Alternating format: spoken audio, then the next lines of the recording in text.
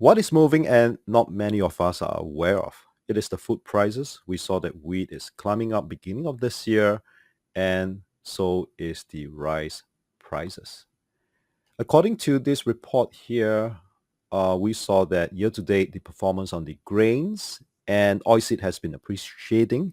The grains like the rice that we eat and the wheat on the for bread has been up by 25% and 14%. Whereas the soybean oil, soybean meals that is used for cooking, biodiesel and animal feeds has been up by 37%, 4%, and 1%. Why are these prices important to track? Let's take a look. What is the composition of this agriculture index? Because the physical trader use them as a benchmark to transact their buying and selling of commodities, and they also use them to hedge when the prices set to trend higher. So when these prices started trending higher, the end consumer will only feel it much later because of time lag. The upstream prices from the producer to the downstream to its end consumer, all these will take time. This analysis is based on technical studies and does not constitute financial advice. Please consult your financial broker before investing. So this is the agriculture index, and it tracked the essential prices. We can see that from that is declining from even way before 2014 all the way to 2020. That's where it reaches trough at the index point of 60. Then inflation started to pick up to 120 level 2 years later in 2022. And technically that is 1/4 higher. Just imagine if we are paying 100% more on our food prices in just 2 years. Then it did its retracement over the past few years, and it seems to trough, and beginning of this year, it seems to pick up again. So the inflation index is also behaving very similar to this agriculture index. And let's take a look. This is called the Trend Mean PCE inflation. And the new Fed chairman, Kevin Warsh, suggested that the Fed should be using this. And we can see that inflation started to pick up a year later in 2021 and peak a few months later in 2022. And now is still at its lowest point, around the lowest point, whereas what we're seeing here that the agriculture index, the food prices already start to move up. So we have to understand this, that inflation data like this is lagging compared to the actual commodity prices. Whereas if we study into the different commodity index, we should be able to get a better sense of where inflation is heading. And why I like to use this agriculture index to forecast inflation, the reason is this. We can put driving a car on hold, but we cannot wait too long to put food on our table. And let's scroll a little bit higher to this article, which I really enjoy reading this. And I really like how this article explained what is agriculture index. And it stated that the index covers 5 sectors, which is grain, oilseed, livestock, dairy, and lumber. And this multi-commodities construction delivers a proportional reflection of the broader agricultural economy while insulating the aggregate performance from any specific assets volatility.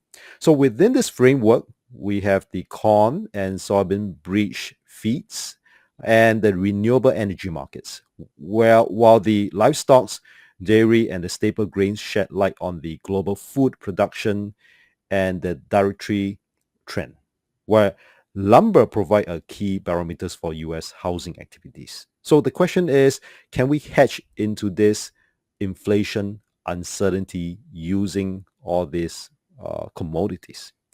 And let's check it out. And what we should do is to re-examine what is the composition of the agriculture index. And if I were to hedge into an agriculture assets, which one will I get into? Could it be rice? Could it be wheat? or could it be live cattle, or the others? And personally, I will get into usually, let's look at this multi commodities market here. I would usually, if I were to perceive inflation is upcoming, I would tend not to chase at a high, but I will look at those potentially still around the trough, about to move higher. And that's where I have identified that rice and the wheat market is first half for rice was already up 25%, and the wheat is already up 10%. So for the wheat market that it gave us bread on our table, we saw a very firm second quarter closing just a month ago. Yeah, we can see that how nicely it closed at. So more importantly is that let's discover what is the cause of this prices starting to move higher this year, and will it continue? It is the high fertilizer prices resulting from the latest conflict in the Middle East that has pushed some of the US rice producer towards insolvency. So if the Middle East crisis is going to continue, or if there's the beginning of more geopolitical conflicts and deepening more such supply chain destruction. An observation here is this. By the time we notice that the peaks, we may have read about the news or the reason. And it can be too pricey by then to get into the market as a hedge. So my observation is that when the market outrider would usually offer some clues before the prices start trending higher, and of course supported by the mainstream news and events. So what we're seeing here is this peak was the Russia-Ukraine conflict in 2022, and when the price reached as high of the oil price reached as high 140 US dollars. But before the bigger wave, there's usually smaller ripples, and we saw that happening before the high of 2008. There is another set of crisis, uh, and also 2022. We saw that before that. We could see that what's coming before this peak reach. There's this small little ripple here, and followed by a huge one. And this is so small little ripple here, followed by the huge one. And today, are we seeing a small little ripple here before what is coming? And structurally, I'm seeing that. And let's look at it fundamentally. Is there any reason to support it? And these are the various fundamental reasons. Of course, there's much more, but I think on this season, what I'm seeing here, something that I have to look very closely, especially will be the geopolitical factors that is affecting the supply chain, and also the energy prices that's maybe affecting the fertilizer prices as well. So these are the two. Of course, the rest still applies. So this fundamentally, I'm seeing that it kind of gel together for what I'm seeing, a small little ripple. Is it going to bring forth a larger wave subsequently? What we're seeing here is that it has, on this quarterly chart, we could see a very nice downtrend line connecting all these very critical or significant peaks.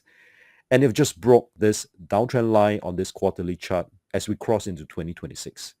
If you find what I just shared is useful, like it and save the link for future reference, and also share the link to your friends. My name is Con How. I enjoy studying how different markets currently behave to uncover emerging trends, the potential trending markets of tomorrow. Feel free to leave any comments below. I love to exchange ideas with you on what is about to come. Really happy that stay through this tutorial. You have many great trading weeks ahead.